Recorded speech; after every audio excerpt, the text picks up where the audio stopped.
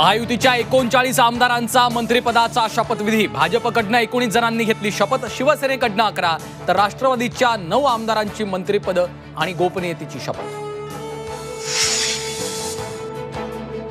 भाजपच्या आमदारांचा शपथविधी। चंद्रशेखर बावनकुळे, राधाकृष्ण विखे, आशिष शेलार, गणेश नाईक, शिवेंद्रराजे भोसले यांनी घेतली शपथ।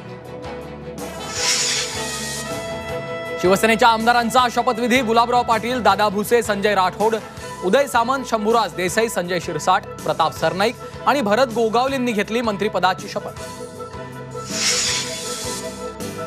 राष्ट्रवादीच्या नेत्यांनी घेतली मंत्रिपदाची शपथ। हसन मुश्रीफ, धनंजय मुंडे, दत्तात्रय भरणे, अदिती तटकरे, माणिकराव कोकाटे, नरहरी झिरवाळ आणि मकरंद जाधव यांनी घेतली शपथ। मुख्यमंत्री फडणवीसांच्या मंत्रिमंडळात 4 महिलांचा समावेश। भाजपकडनं पंकजा मुंडे, माधुरी मिसाळ, मेघना बोर्डीकर मंत्री तर राष्ट्रवादीकडनं अदिती तटकरे मंत्री। मात्र शिवसेनेकडून एकाही महिला आमदाराला मंत्रिमंडळात स्थान नाही। भाजप आमदार पंकजा मुंडे आणि राष्ट्रवादीचे आमदार धनंजय मुंडेंनी घेतली शपथ।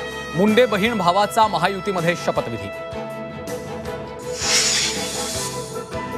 आणि राष्ट्रवादीचे नेते छगन भुजबळांना मंत्रिमंडळातून डावललं। भुजबळांची मंत्रिमंडळाच्या कार्यक्रमाकडे पाठ। भुजबळांच्या गैरहजेरीमुळे राजकीय वर्तुळात चर्चा।